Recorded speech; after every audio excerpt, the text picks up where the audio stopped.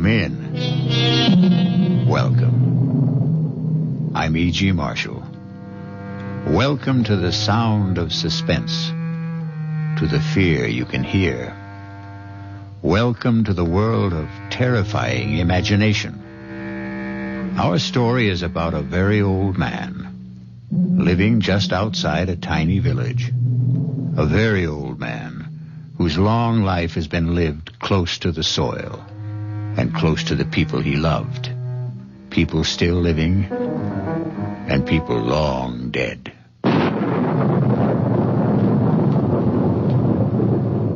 Lie still, girl. Is it very bad? I don't know. She's very dear to me. If I should lose her... She's trying to raise her head. She knows I want to help her. Do you think you can? Young man, I never said I was a doctor. But I thought... the way I'm just an old man. A very old man.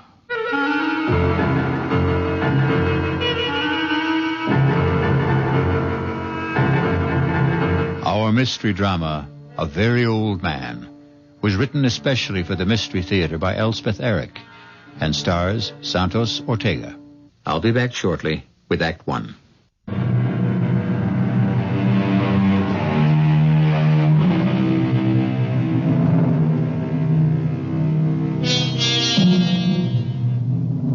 Look long and carefully at the face of a tiny baby. Look carefully and long into the face of someone who is very old. Do you see the wisdom in both?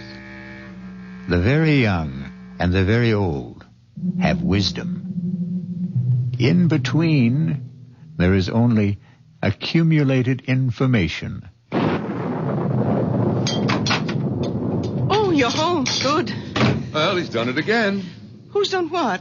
Are you talking about my father? You know I am. I warned him. I said, Stefan, if it ever gets around, you'll ruin my medical practice. People won't believe in me. They'll only... Manfred, come sit down. Now, what's he done? Well, the same thing. Where is he? Isn't he home? Not yet. He went to the cemetery as usual.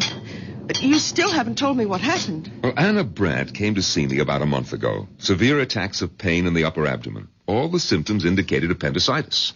I sent her to Carlweiss for the operation. Of course, he examined her, too, and he agreed with me. No doubt about it, inflamed appendix had to come out. Well, he operated the next day. And that night, that same night, she had another attack. Well, so it wasn't... How could she have had another appendicitis attack when he'd just taken her appendix out? Well, he was as flabbergasted as I was. Yes, but what's it all got to do with my father? Stefan happened to be in my office the day Anna Brandt first came to see me. You know how he loves to hang around the office. Anna Brandt wasn't 10 feet out of the office when he told me there's nothing wrong with her appendix. Oh, not again. I can't have my father-in-law, who's been a farmer all his life, telling me, a doctor with a reputation, that I don't know what's wrong with my own patients. Of course you can't. For a minute, I did think back to that boy, the one with the asthma. What seemed to be asthma, anyway. The Rothberg boy. Father was right about him. I know. He made a lucky guess. Father went to see him every day. Talked to him, rubbed his chest, his throat. In 2 weeks, the boy was all right. The boy was hysterical, over-aspirated, nothing more. But this business with Anna Brandt, the day she came to see me, Stefan was asleep in the waiting room. I was explaining to Anna that I couldn't perform the operation, simple as it is, because of my hands, my arthritis. But I would send her to Carlweiss. Well, she accepted that. Everybody knows about my arthritis. And she said something pleasant to Stefan. That was the first I knew that he wasn't asleep. Well, he didn't answer her. He just stared at her as though he'd never seen her before. I reached for the phone to call Carlweiss. Stefan got up, came over to the desk, and took the receiver out of my hand. Manfred. Stefan, don't. It's not so. Not so. Have you had a bad dream, old man? It's not so what you said to Anna Brandt. There's nothing wrong with Anna Brandt's appendix. Stefan, don't start diagnosing again. You're not a doctor. There's nothing wrong. We had enough trouble after you diagnosed the Rothberg boy. The Rothberg boy never had asthma. All right, it turned out that he didn't. But that was a lucky guess. And it didn't do my reputation any good when word went around that you'd been right. I never told anybody. That's what the boy did. And his mother did.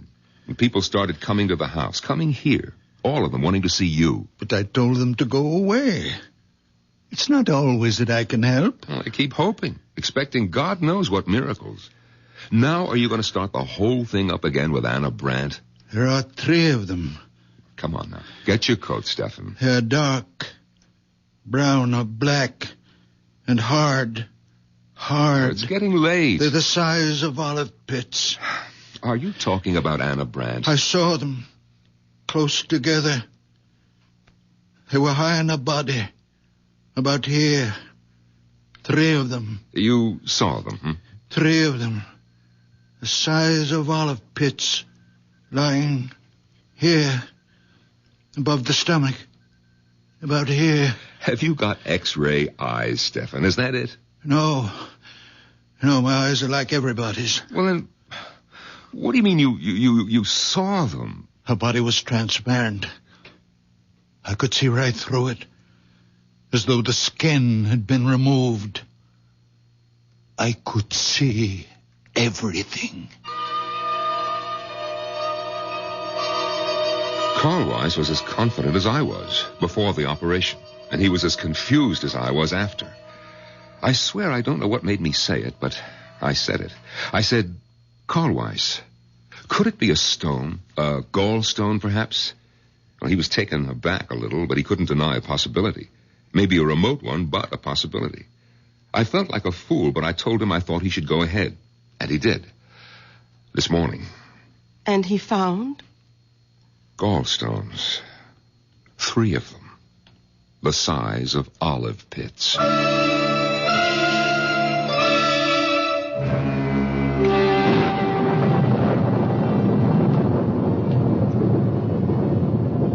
Lie still, girl. Is it very bad? I don't know. She's very dear to me. She's trying to raise her head. She's trying to tell you something. She knows I want to help her. Do you think you can, Doctor? Young man, I never said I was a doctor. What? But the way you... I'm just an old man. A very old man. Well, I took it for granted, the way you spoke. My son-in-law is a doctor. Manfred Gottlieb. I live with him and my daughter Bertha. Oh, then you know something. You've learned things from him. No, I know nothing. Only what I see, what I feel. When I passed you by the cemetery, what were you doing? My wife is buried there. Did I harm her? No, I even think she's a little better. Her eyes, they look brighter. Not so full of pain.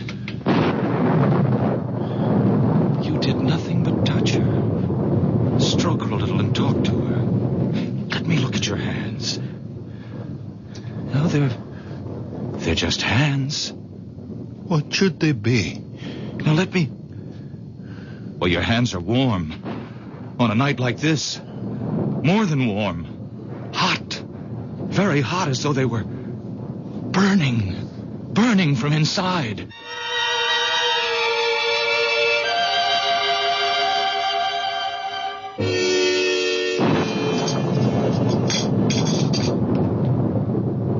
If it should get around about Anna Brandt... You don't think I'd tell anyone? Well, these things have a way of leaking out. Look, you're not going to tell Father, are you, that Carl Weiss found the 3 stones? You think I shouldn't? He wouldn't tell anyone. He didn't tell anyone about the Rothberg boy. It was the boy's mother who shouted it from the housetops. And look what happened.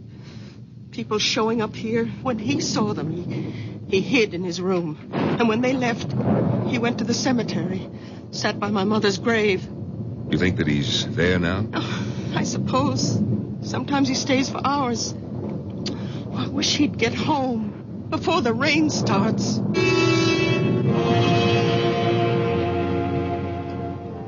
Emily, my dear. Come now, Emily, my precious. I need you. You are my strength. I can do nothing without you. Come to me, my darling. Come to me, my darling.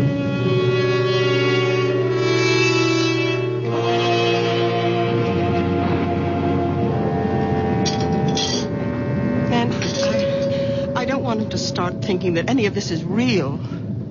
He mustn't think that he has some magical power.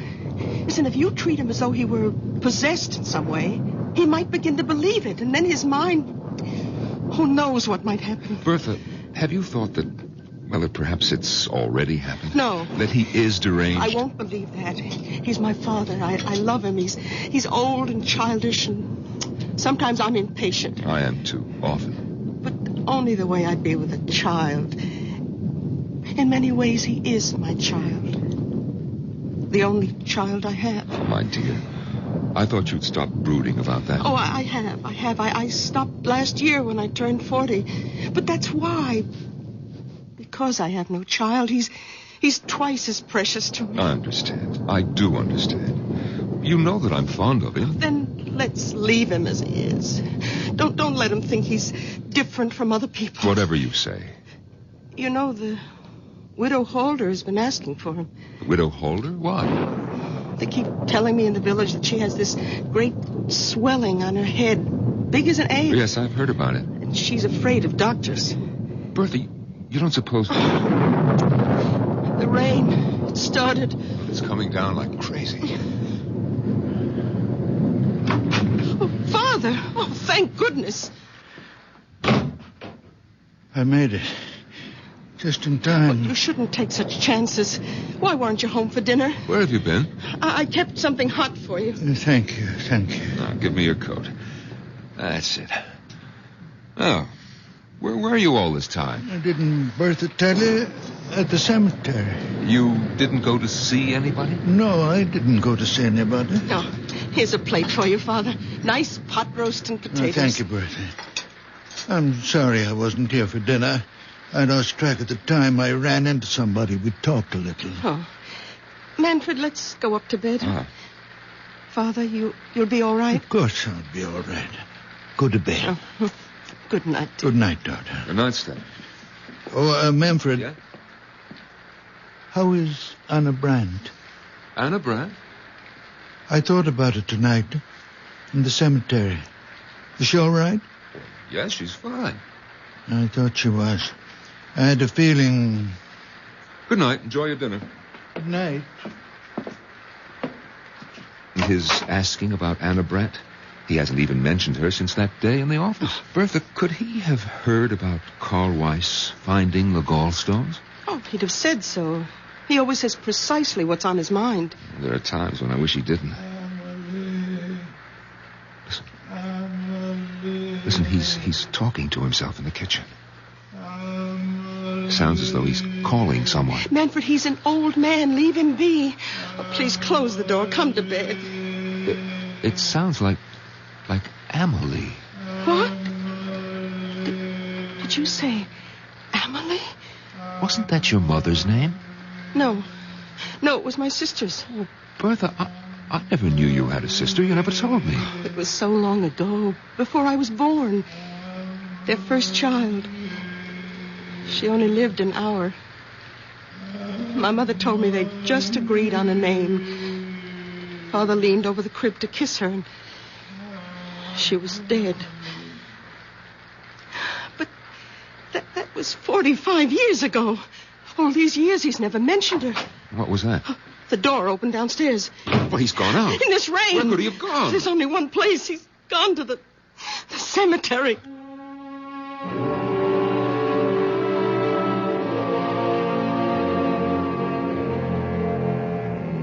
When those around us cannot understand, where do we turn? When the world is dark, where do we go? To the unknown? Or to the once familiar, the once well-known, the once well-loved? To those who have left the dark earth and moved into light. I'll be back shortly with Act 2.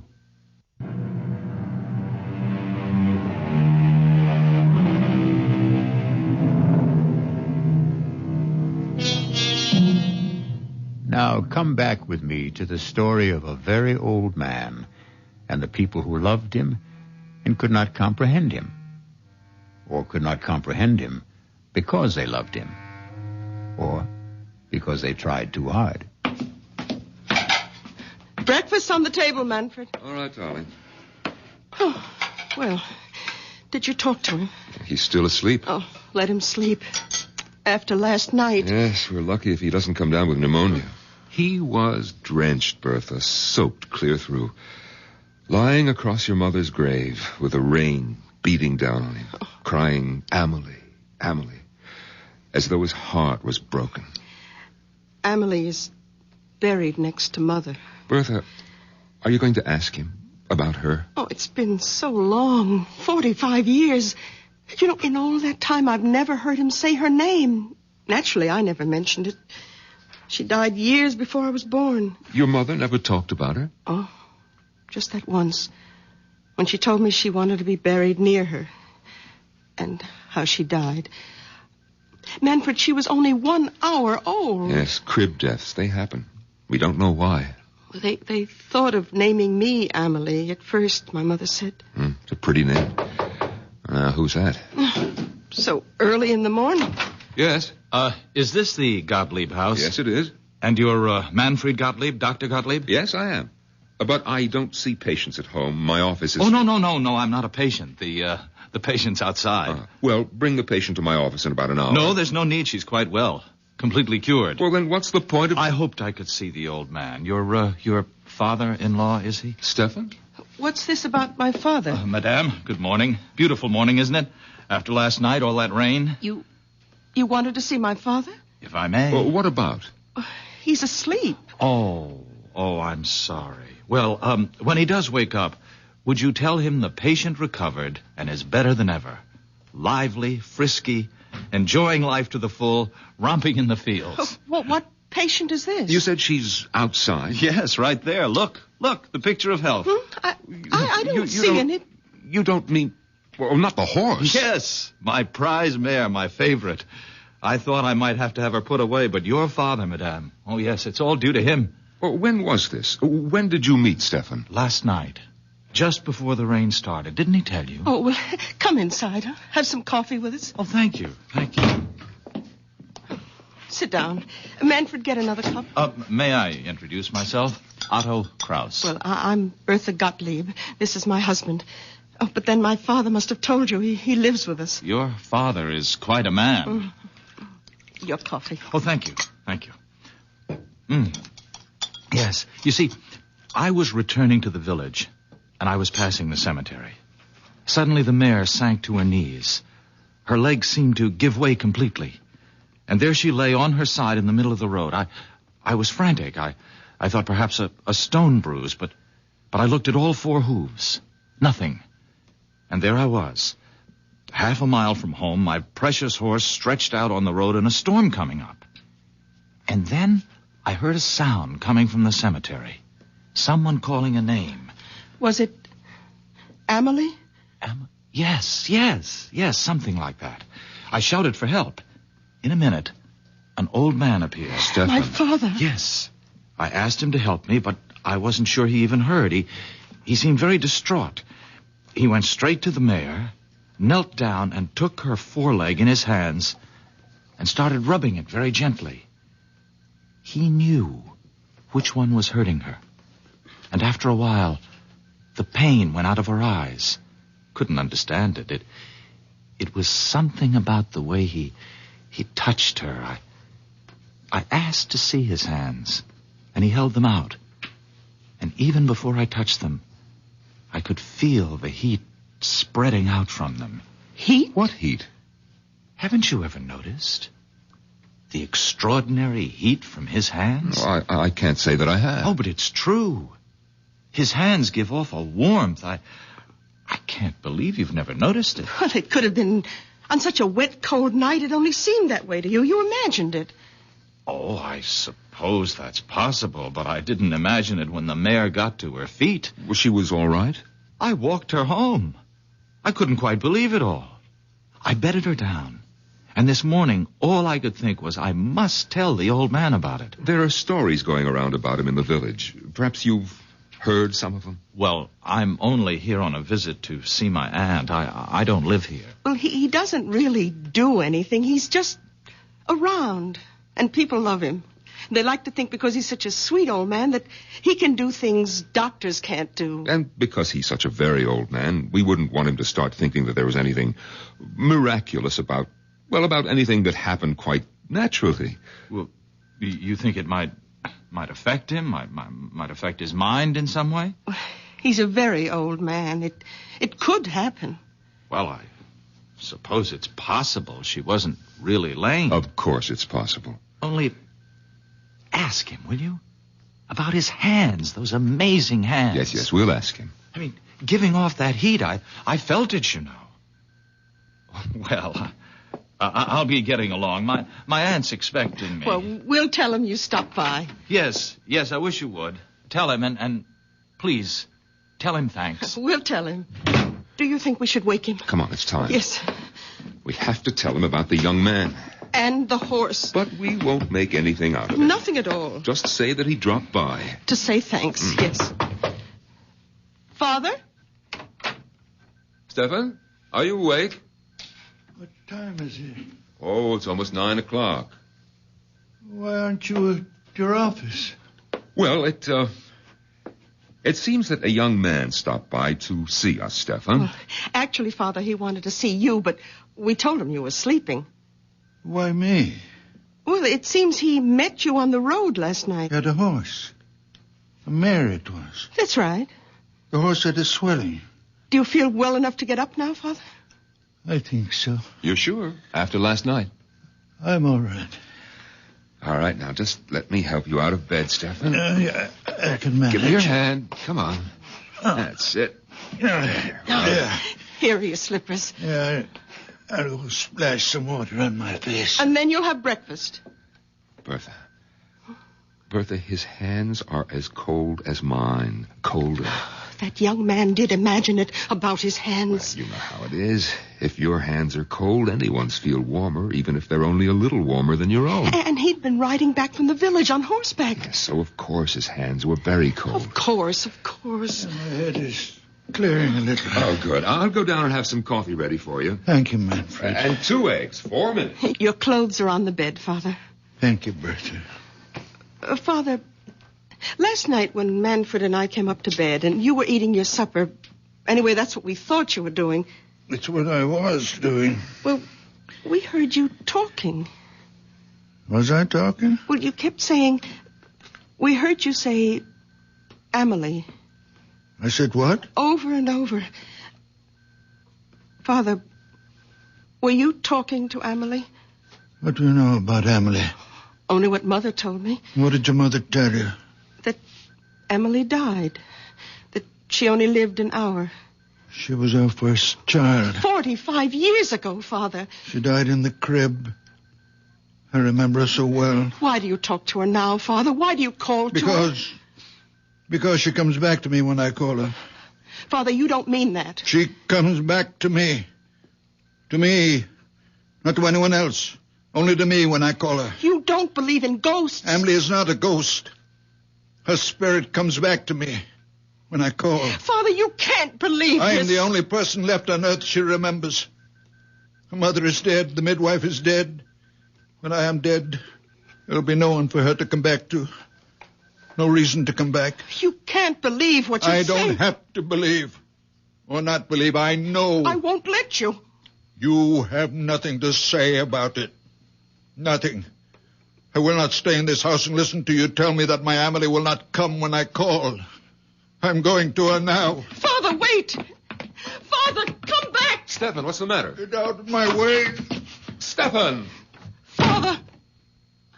Oh, Father. Well, he came tearing down the stairs. He brushed right past me. What's the matter with him? I talked to him about Amelie. I made him angry. Where's he gone? Do you know? To her. To Amelie.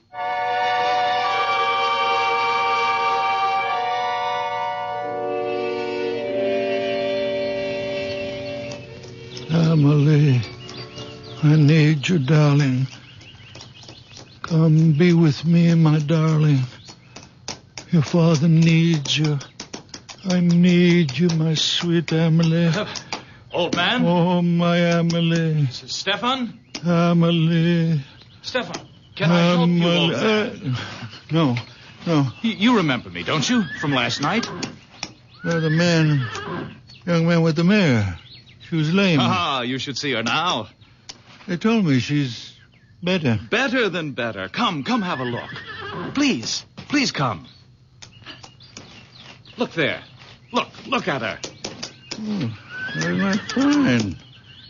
Not a sign of lameness. I came to your house a little while ago. You were sleeping. They told me you were there to say thanks. There was no need for that. Oh, I'd like to do more than just leave my thanks. I'd like to invite you to my aunt's place. Oh, no, I couldn't. No, I'd like you to meet my aunt, please. Your aunt won't mind? No, not a bit. Come on, we'll both ride the mare. Here, I'll give you a leg up. You're sure about your aunt now? Oh, she'll be delighted. She doesn't get out much these days. Is she very old? Well, she's not young, but that's not why she stays home. She has this disfiguring growth on her head. It makes her shy. Well, she should see a doctor. No, she won't. Absolutely refuses, won't hear of it, hates them all. Oh, that's very wrong. Oh, yes, all the money in the world and won't go to a doctor. So she sits in her parlor and reads her Bible. Ah, there's the house. Oh, yes, the big stone house. You know the house? I've admired it since I was a boy. My aunt bought it when my uncle died. My uncle was Fritz Halder. You've heard of him, the manufacturer? I don't think so. Around here, I understand my aunt is known as the Widow Halder.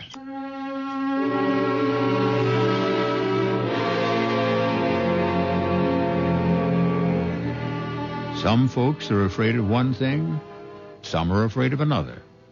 Everyone who's afraid wants to run and hide. It's natural. Most natural thing in the world. But what may be hiding in the hiding place? That's the question. It could be something else to be afraid of. I'll be back shortly with Act 3.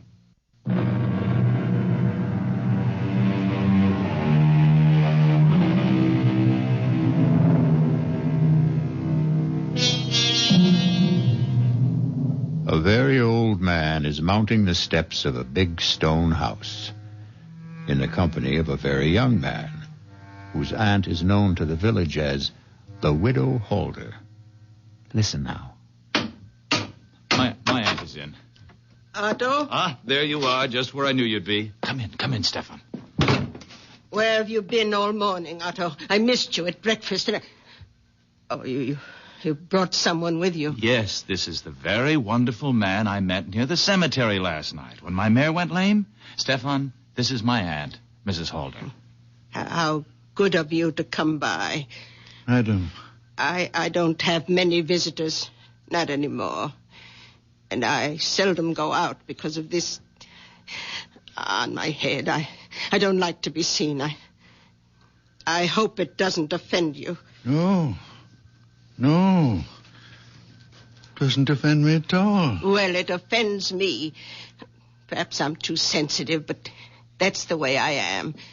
So I sit here and read my Bible. And that Bible's too heavy for you to hold in your lap all day. But it's the family Bible. It's the one I'm used to. I love this Bible. All right. Sit down, Stefan. I'm all right. I'll stand. Oh, both of you, sit down. And Otto, you tell me where you've been all morning and why you weren't at breakfast. Now, I told you last night how the mare went lame and how I met Stefan near the cemetery. Well, this morning, I let her out of her stall and she was dancing on her toes. I couldn't believe it. Stefan hadn't done a thing but rub her postern a bit. Is that really all you did? I did nothing. Well, he talked to her, rubbed her foreleg, and talked to her. How remarkable. You're a remarkable man. No. Oh, you're staring at me. Oh, I apologize. It's this awful growth. Otto, fetch me my shawl. I'll cover my head. No. Please. It's in my bedroom. I am not offended. I give you my word. Otto, don't go. No, it's all right. I'll be right back. Mrs. Halder, I am not offended. I am sorry I stared so. I will not stare again. Please forgive me. It's quite all right. Please, be calm. Sit down. I can't. Otto mentioned that you live with your daughter. Is that right? My daughter, Bertha. And your son-in-law. Manfred. They have children. No children. How sad. Oh, here comes Otto with my scarf. Mrs. Holder, forgive me, but I must take the Bible from you and... Oh! Stefan, have you gone mad? Forgive me. I could not help myself. Aunt, are you all right? I think so. I saw him take the Bible off your lap. Stefan. He hit me with it. He brought it down on my head with all his strength. Forgive me, I didn't know what I was doing. I wouldn't hurt you, Mrs. Holder. I wouldn't hurt anybody. When I feel this way, I see things. I feel things. The Bible seemed to put itself in my hands. I didn't think what I was doing. I could not think. The feeling was so great that I must smash this thing on your head. That's all I wanted to do, Mrs. Holder, to get rid of it. And it looks to me as though you'd done that, Stefan. Aunt, go look in the mirror. I know I'm not always in control of myself. I do things. I don't know why. I see things. I don't know why. But I would never hurt anyone. It's unbelievable. The growth is gone. Will you forgive me? And there's no blood. No blood at all. All the same, I'm going to get you to a doctor. No doctors, no. No, a blow on the head like that. No, I'm all right. My head is clearing now. It was just a shock. And that awful, ugly thing is gone. I don't need a doctor. Let me take you to my son-in-law. He's a fine doctor, a nice man. Maybe you've heard of him? Manfred Gottlieb? Gottlieb? You will like him. Manfred Gottlieb is your son-in-law. A wonderful man. A good doctor. But you must be Bertha Gottlieb's father. You cured the Rothberg boy. And I've heard talk about Anna Brandt. Look what you did for Otto's mare. Look what you've done for me. Oh. Why, you're the man I've been trying to find. I've been asking for you. It was God's hand let you here. Let me take you to Manfred's office. I don't need him. I only need you.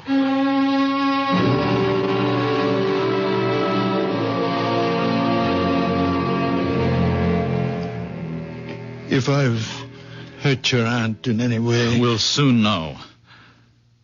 Otto, I don't want these spells that I have. I don't ask for them. Only sometimes the pain gets so great.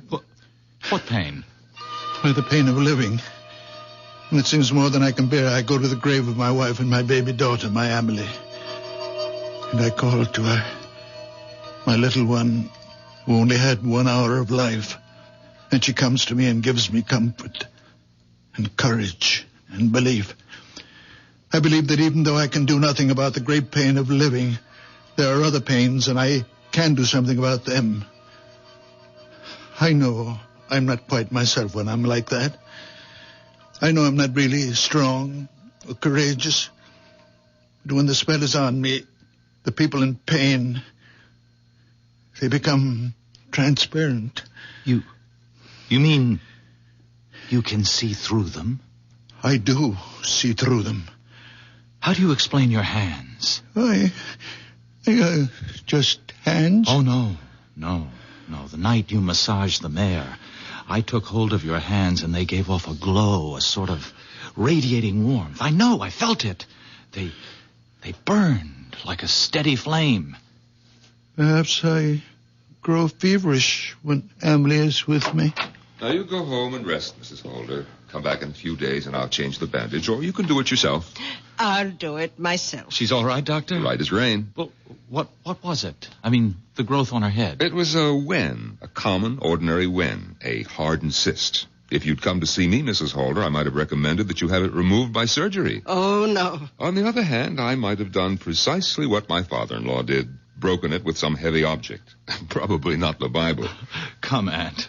I'll take you home. And thank you. Dr. Gottlieb. You may get more of these growths, these wens on your head, Mrs. Holder, or someplace else on your body. Now, if you do, call me and Oh, no. No, thank you. I know whom to call. And you'll come, won't you, Stefan? Of course you will.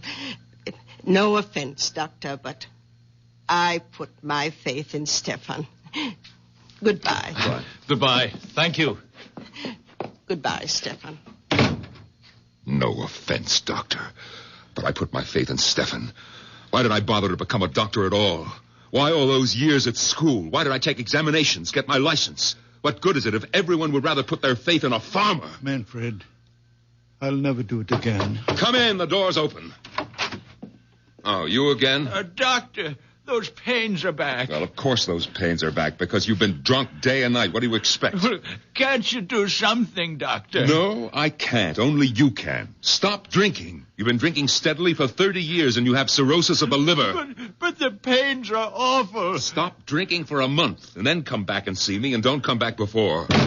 Silly old fool. Hasn't been sober for 10 minutes since he was 16. I can't help him if he won't... Manfred, he has an obstruction of some kind. He has a diseased liver. But he has an obstruction in the intestines. Now, look, you're not starting all over again, are you? I saw. I could see it. It's getting to be more than I can take, Stefan. You're interfering. I saw. He was standing in the doorway, and I saw. His body was transparent. I could see everything. In his intestines, there is an obstruction.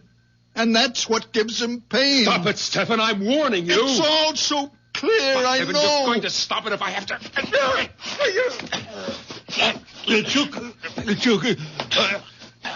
Manfred, take your hands on my throat. Stefan. Stefan, I'm sorry. I didn't mean to do... Stefan. I'm all right. Give me like that. I'm all right. Let me loosen your shirt. Oh, Stefan, I don't know what possessed me. I lost control. It's all right. Stefan, look. Look at my hands. Look how they move. My fingers. No pain from the arthritis. What does it mean? It means... Well, it must mean the arthritis is better. It's gone, perhaps. Oh, Manfred. The way I unbuttoned your shirt. So fast. No trouble. No pain. Is it possible? It's true. Look. Look how I can move them, Stefan. The way you used to. Stefan, I felt the warmth Otto was talking about. The heat from your hands. When you were trying to tear my hands from your throat, I felt it. A warm glow. You really felt it? Yes, a glow. A radiance. Stefan, give me your hands. Yes. There it is. It's a fire. A fire.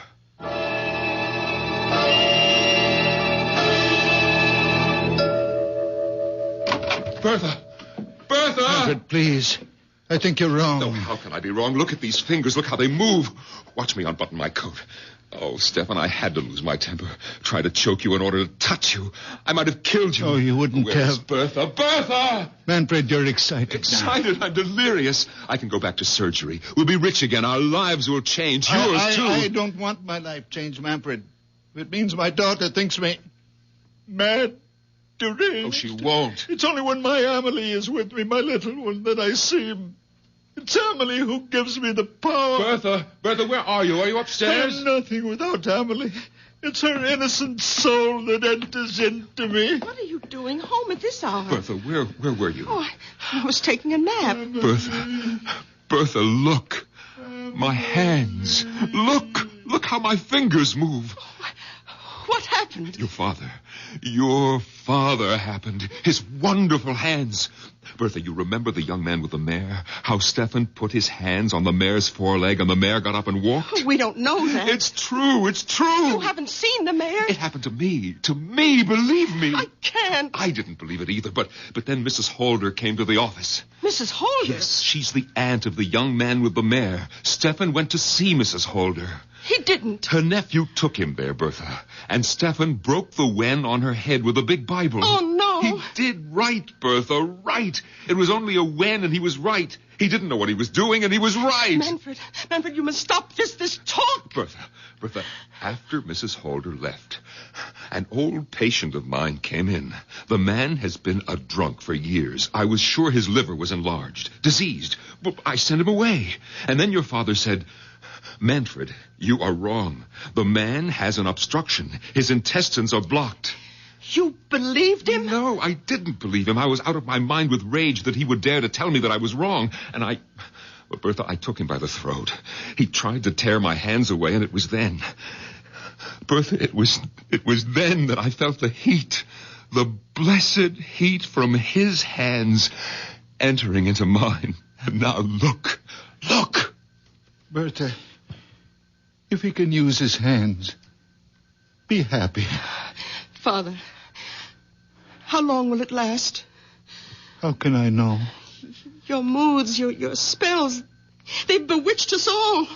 I never meant harm. Well, they've got to stop. I want you to stay away from the cemetery. I'll stay away.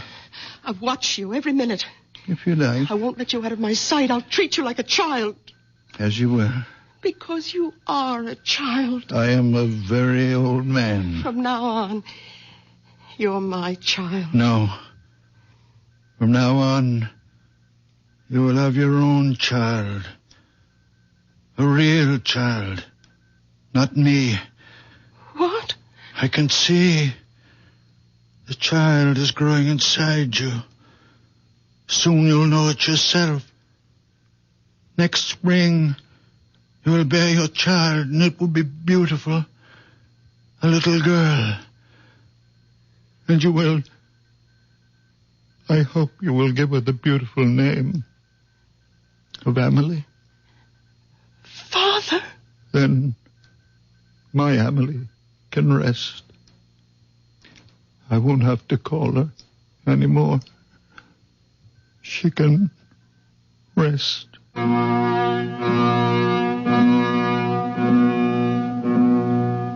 Did you believe our story? For that matter, did I?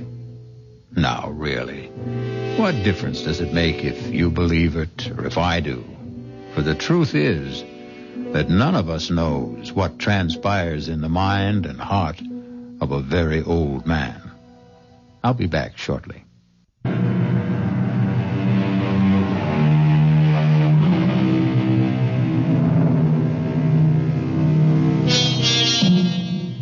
Ever happen to look up the word murder in a dictionary? No? Then I'll tell you how the dictionary defines it. To kill with premeditated malice. The wrongful, intentional slaying of one human being by another. But don't let a wee bit of murder upset you, friends. The people on Mystery Theater don't mind being killed. Not a bit. Because every one of them is a deadhead. Our cast included Santos Ortega, Norman Rose, Bryna Rayburn, and Billy Redfield. The entire production was under the direction of Hyman Brown. This is E.G. Marshall inviting you to return to our Mystery Theater for another adventure in the macabre. Until next time, pleasant dreams.